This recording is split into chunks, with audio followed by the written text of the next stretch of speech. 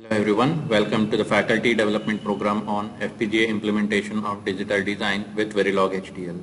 Myself Chetan K, Assistant Professor, Department of ECE, Vidyavardhaka College of Engineering, Mysore. Okay, in this video, I am demonstrating how to interface a DAC module to FPGA to generate a sine wave of 10 kHz frequency. Then I will reduce the frequency of original sine wave by a factor of 2 by employing downsampling procedure. Okay, this is the objective of my experiment. Okay, I am writing a Verilog code to generate a sine wave of frequency 10 kHz, and then I will modify the code in the coding part to downsample this frequency by a factor of 2.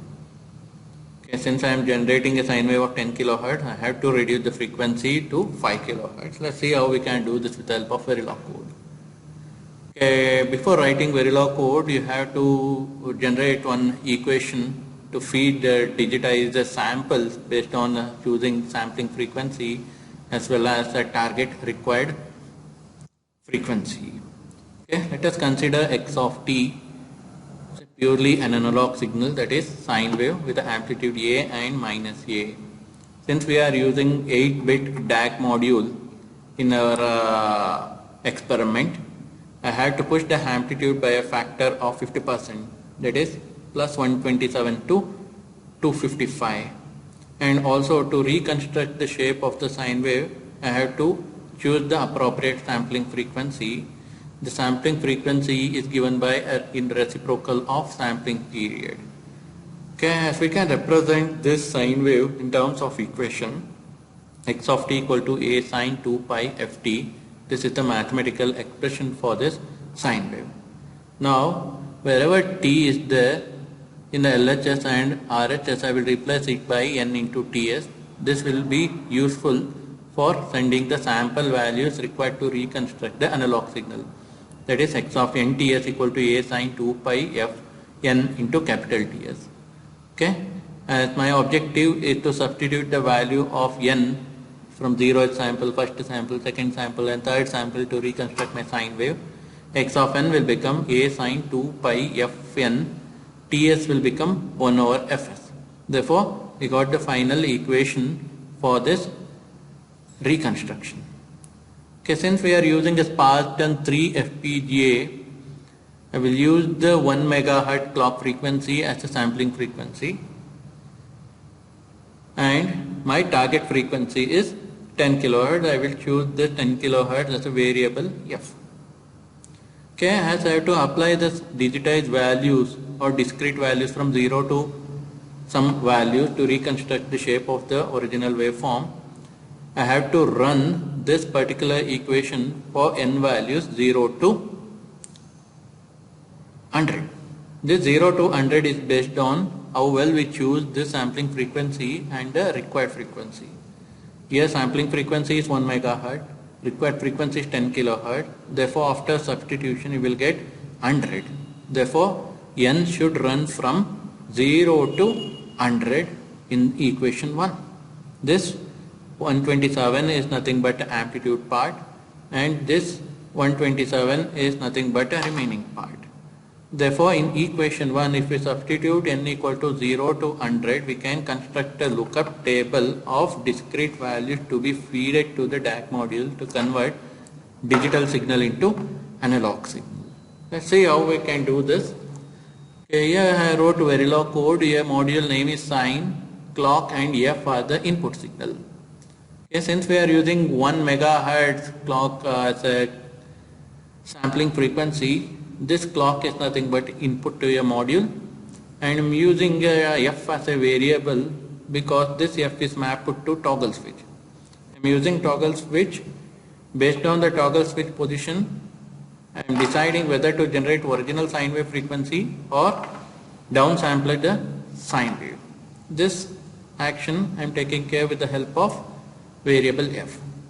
Okay, and also D out, analog output is 8-bit. D out is a variable. I am choosing it as an output variable which is having a vector quantity of 7 down to 0, and the same output I am storing in a register for a short period of time. Okay, after declaring input output and storing the required variable as an output in a register, I am choosing how many bit of discrete value you have to send through the lookup table. Okay, you can observe that A of 0 to 100 is nothing but discrete value from the index value n equal to 0 to 100, where each of these 100 values should be of 8-bit quantity. Okay, I am sending A of 0, A of 1 till A of 100, where each of these discrete values are 8-bit in nature. And along with that, I am choosing some temporary variable using the integer data type I, j and counter, and I am assuming the initial value of each of these variable as 0. This is required for further processing. Okay, in this slide you can observe that the output after substitution of 0, 1 till 100 in equation 1, I am loading each and every discrete values as a lookup table in the code itself. Okay, 94 till A of 100. And after loading the lookup table, for every positive edge of clock, I am checking the condition of toggle switch. If toggle switch is in an off state or logic 0, I am testing the condition whether I is greater than or equal to 100. If I is greater than or equal to 100, you can observe that we don't have any sample values for the index 101, 102 and 103. I becomes 0. Means we have to proceed applying a discrete values from 0 to 100. If this condition is not satisfied, then I have to increment the sample values I equal to 0, 1, 2, 3 till 100. For each of these incremented value, we have to load the corresponding discrete values. Okay, this process is completely straightforward. Means we can generate a 10 kilohertz sine wave by sending each of these A of 0, A of 1, A of 100 directly to the analog output channel. But the problem occurs only in the downsampling the frequency of 10 kilohertz to 5 kilohertz. To generate this, I am using a concept of generating repetitive pattern of 0 and 1. Okay, I am doing a pattern of zeros and 1 and generating it with the help of this counter. If counter is greater than or equal to 2 minus 1, counter becomes 0. Again I am testing that if counter is 0, check whether I is greater than or equal to 100. If I is greater than or equal to 100, we don't have any discrete value to be loaded to a DAC module. Therefore this condition fails and the loop jumps to I equal to I plus 1. Okay. The main objective of writing this particular part of loop is that generate a pattern of 0, 1, 0, 1, 0, 1. Send the sample value of A0, A of 1, A of 2 in every pattern of zeros. Okay, we should not send A of 0, A of 1, A of 3, A of 5 values repetitively. We have to delay the sample discrete values. After delaying, we have to apply this discrete value to your output channel of analog signal. In this way, we can reduce the frequency of sine wave by a factor of 2 by downsampling the signal. Here there is no confusion, just on testing I greater than or equal to 0 or incrementing we can decide the 10 kilohertz frequency. But here in this loop we have to generate a pattern of 0, 1, 0, 1, 0, 1 every time, and we have to send the sample of A of 0, A of 1, A of 2 every time at 0th bit.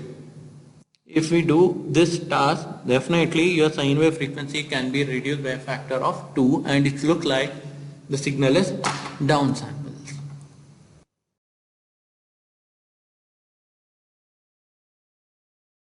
Experimental setup to interface a DAC module to Spartan 3 FPGA. Here I have a Spartan 3 FPGA kit. Here I have DAC module and we have a power supply, and I'm using digital storage oscilloscope. Okay, to interface a DAC module to Spartan 3 FPGA,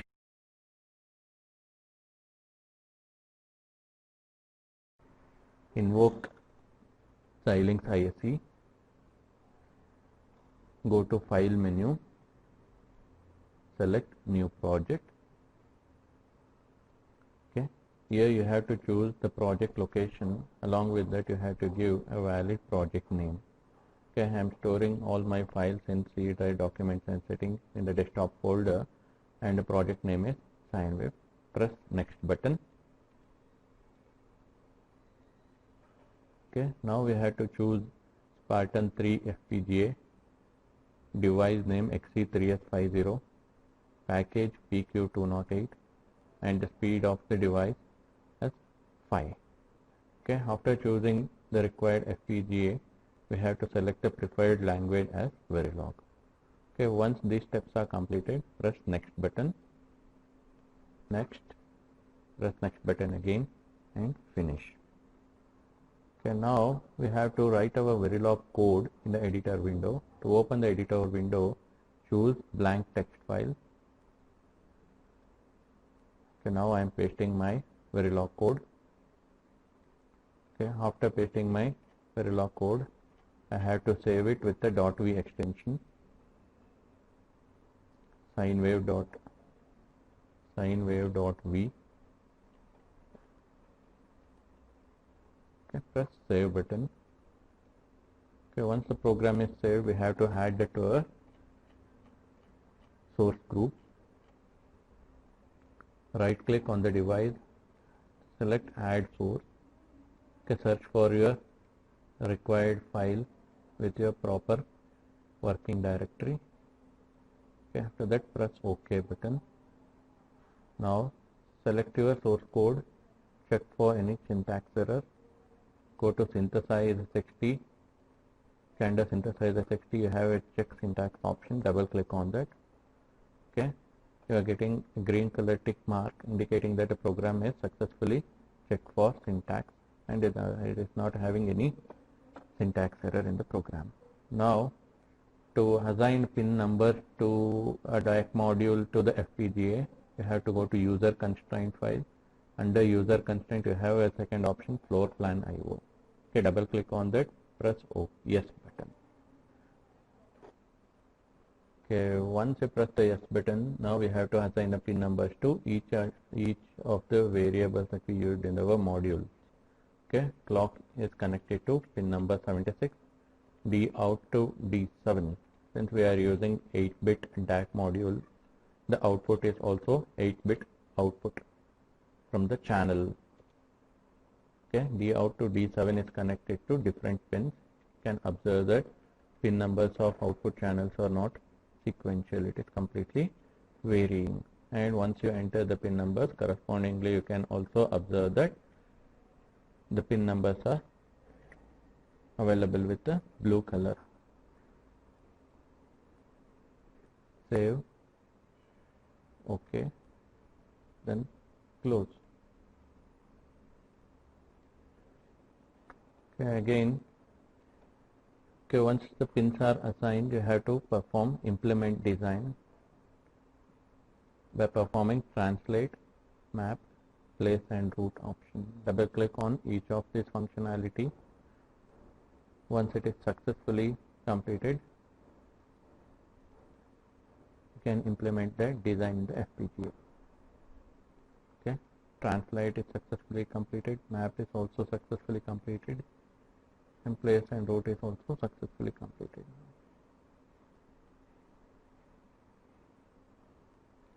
Okay, once the implementation design is completed, we have to generate the bit file by double clicking generate programming file option. Now, okay, once you click the configure target device, press OK. You are getting a window called impact window to make sure that whether to connect to the FPGA using a JTAG. Okay, press finish button. Okay, now connection is being done. Okay, press bypass button. Select sign.bit file. Press open button. Okay, now you are getting a window whether to download the program to PROM or to bypass the program stored in the PROM to FPGA, you have to select a device 2, that is FPGA option XC3S50. This is whatever target device you have to achieve. Press OK. Right click on the device, program it. I have already written code and demonstrated in the video, and the pin configuration is also assigned, and the program is downloaded to the ROM of your FPGA. Okay, as per the objective of the program, we have to display the sine wave with appropriate frequency. Okay, here my objective is to display sine wave with the frequency of 10 kHz. To achieve this, I am using 1 MHz frequency as a sampling frequency, and using this frequency we have to display a sine wave of 10 kHz. But our objective is two things here. Firstly, we have to display 10 kHz sine wave, and after that we have to display downsampled signals also. Means we have two objectives here. To accomplish this objective, I am using toggle switch 1. Okay, if toggle switch is 0, nothing will happen. If I change the position of toggle switch, okay, I am connecting to output channel, can observe that signal is downsampled. Okay, if I change the position of switch position, the actual frequency of the sine wave is 10 kHz. Okay, I will repeat again. When the switch is in this position, the first objective is achieved, that is 10 kHz sine wave is displayed in the oscilloscope. If I change the switch position, can observe that the sine wave frequency is downsampled. Earlier it was 9.97, near to 10 kHz. Now after changing the switch position, it is approximately 5 kHz. Okay, and the DAC which we are using in our experiment is a 8-bit DAC module, so that the maximum range is limited to 255 and the limited value is 0.